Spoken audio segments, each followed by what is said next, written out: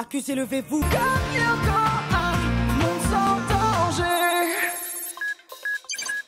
À la barre, monsieur le procureur, c'est à vous. Xana attaque avec à chaque fois un truc plus débile qu'à l'épisode précédent. Genre, ok, j'ai compris que Xana, c'est un virus informatique qui manipule l'électricité, d'accord.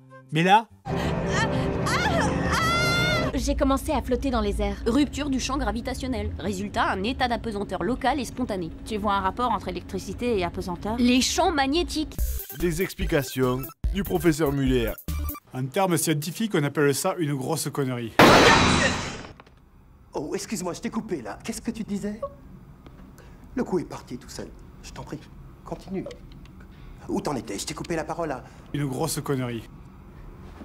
Eh ben, qu'est-ce qui te prend? Ah, t'avais fini. Alors maintenant, à moi de rétorquer.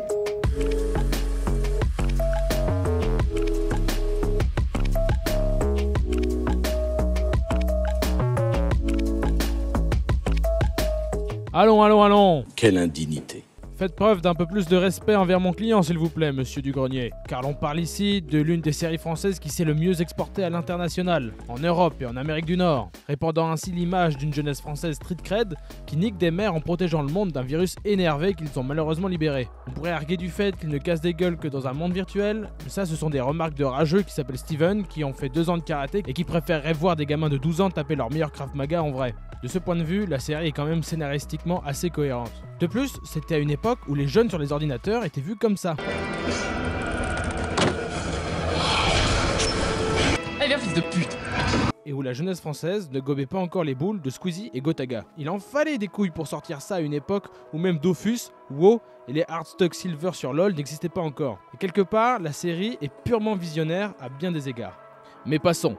Si Monsieur Dugrenier veut cracher sur le patrimoine français et sur l'enfance des milliers de personnes qui composent son public, qui ont grandi avec cette image cool de l'ordinateur grâce à cette série, celle est l'exercice le plus strict de son droit inaliénable d'être un connard. Mais invoquer improprement pour cela les lois de la physique et tenter de tourner en dérision ce joyau de la science-fiction, avec l'aide de bases scientifiques toutes frêles dignes d'un étudiant de SECPA asthmatique, cela constitue une grave infraction que je me fais un devoir d'attaquer devant la cour de cassation YouTube.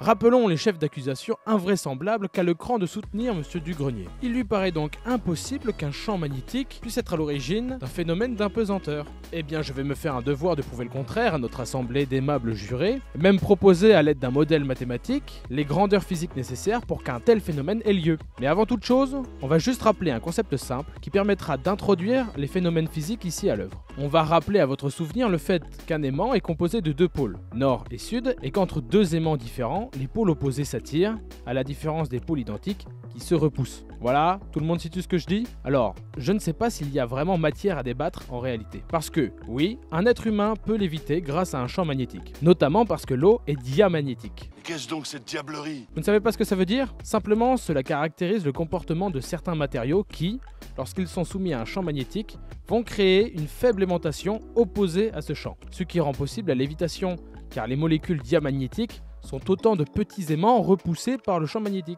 En vérité, ne pas savoir que l'on peut léviter dans un champ magnétique, c'est en fait faire preuve d'un terrible manque de culture et un aveu honteux que l'on n'a pas regardé assidûment l'intégrale de C'est pas sorcier, parce que sinon, on aurait vu ceci. Dans ces bobines, on peut ainsi produire à faible coût et dans un espace réduit des champs magnétiques de 20 Tesla. C'est avec ça qu'on fait voler des gouttes d'eau. Eh oui, Jamy! Il reste bien sûr l'effet de la gravité sur le corps, mais ce dernier étant composé de milliards de petits aimants poussant dans l'autre sens, ça finit par se compenser. D'ailleurs, ce genre d'expérience a valu dans les années 2000 un prix IG Nobel à André Giem pour cet article scientifique qui décrit le dispositif grâce auquel il a pu faire léviter sans séquelles une grenouille vivante grâce à un très puissant champ magnétique. La grande difficulté de ce genre d'expérience, c'est surtout l'intensité du champ magnétique ramené à ses dimensions. À l'échelle de l'homme, on galérerait bien comme il faut pour y arriver, avec surtout un gros problème d'ingénierie électrique. Ok, let's go!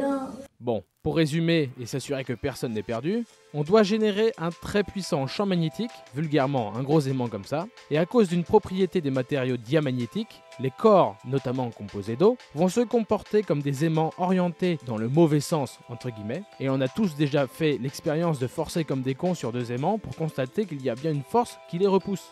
Parce que la vraie question, c'est comment fait-on pour générer un champ magnétique? Eh bien, il s'avère qu'un courant électrique, donc un déplacement de charge électrique, génère autour de lui un champ magnétique, proportionnel à son intensité. C'est notamment décrit par l'une des équations de Maxwell, celle dite de Maxwell-Ampère. Donc, quand il passe dans un fil un courant électrique, cela génère autour de ce dernier un champ magnétique, qui est d'autant plus faible qu'il est éloigné du fil. Donc, en disposant ce fil en bobine, on peut vulgairement dire que l'on cumule tous les champs créés par chaque petite portion de fil, et la disposition du fil fait que l'on obtient ce genre de champ, très intense au centre. Voilà comment on peut générer un champ magnétique très intense de dimension relativement faible. Et c'est la solution technique utilisée par notre poteau André, mais voilà, la seule question légitime que soulève ce passage, c'est comment est généré le champ magnétique ultra intense à notre échelle en pleine rue. Et à cette question, je vais répondre en émettant quelques hypothèses, et on pourra se convaincre que Xana est capable de faire léviter Yumi. C'est parti, établissons un modèle.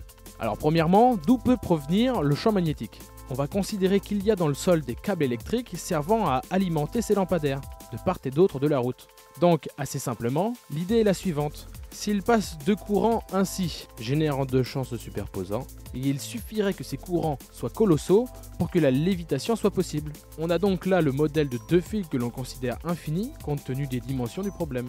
On définit un repère cartésien, et d'après l'article de notre gars sur André, il nous faudrait un champ magnétique B, tel que B de Z fois B' de Z est égal à 1400 Tesla au carré, mètre moins 1. Au point M d'altitude Z considéré, avec B' la dérivée de B par rapport à Z.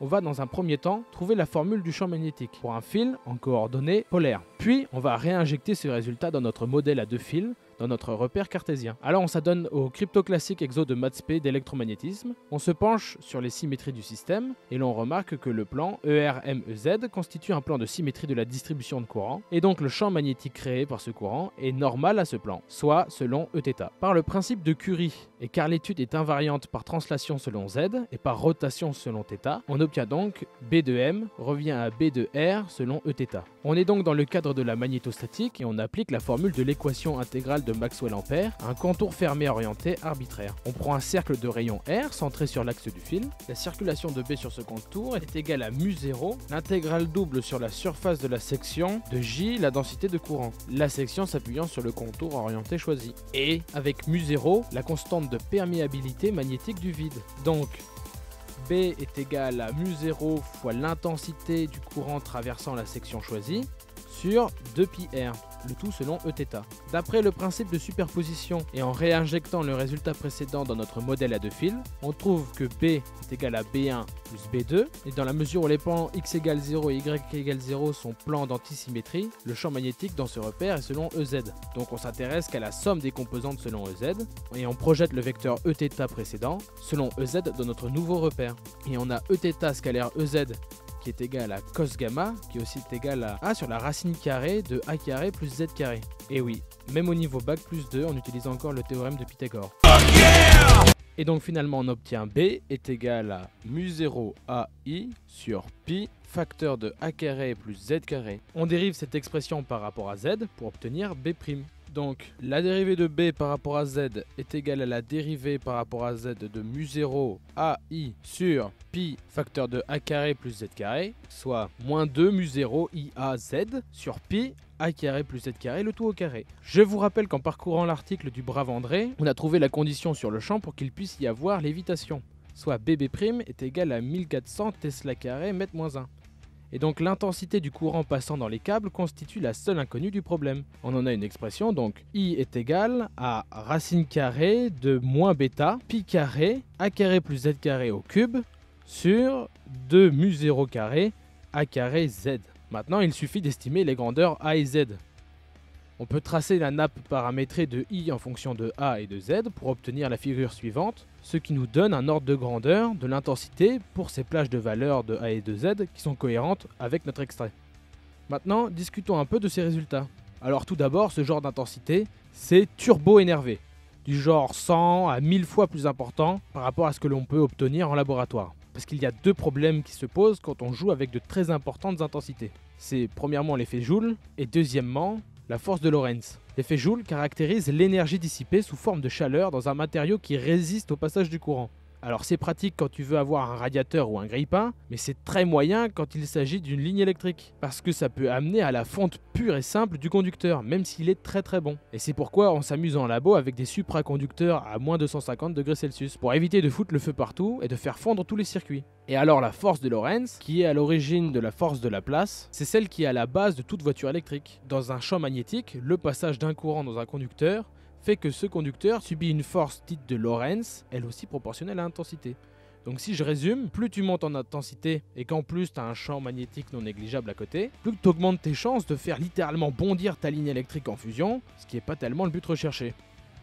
Alors, dans la mesure où Xana maîtrise l'électricité, comme l'a lui-même fait remarquer Monsieur Dugrenier, on peut raisonnablement supposer que toutes ces contraintes techniques liées au courant électrique intense ne s'appliquent pas à elle. Et également, on a ici réduit Yumi à un point uniquement composé d'eau, et rigoureusement, on aurait dû regarder l'effet du diamagnétisme sur tout son volume, et pour les différents composés diamagnétiques, la chair, les organes, les os, etc. Mais bon, ce serait pousser le calcul beaucoup trop loin, et ce qui nous intéresse, c'est surtout de montrer que c'est possible, et non pas Une grosse connerie. parce que oui, c'est ce que nous venons de faire. Montrer que Monsieur Dugrenier avait tort de tourner en dérision ce passage, s'avérant étonnamment très pertinent d'un point de vue scientifique. Et en plus de ça, son cosplay de physicien est pitoyable. Jamais on ne porte de blouse, on laisse ça aux chimistes qui font joujou avec des sauces colorées. Ce serait en réalité bien plus réaliste de se représenter un physicien comme un mec maigre et fébrile, avec une coupe à la con ou une lourde calvitie, qui porte un polo défraîchi sous sa meilleure polaire Quechua, avec un pantalon en velours côtelé et des godasses de victime. Voilà qui ferait une image fidèle du physicien d'aujourd'hui. Bref, pour conclure votre honneur, je demande évidemment l'abandon de toutes les charges pesant contre mon client quant à la physique de son univers, et réclame Monsieur Dugrenier des excuses, et bien sûr des millions d'euros de réparation. Votre honneur, mesdames, messieurs les jurés, je vous remercie de votre attention. Abonnez-vous, mettez la cloche.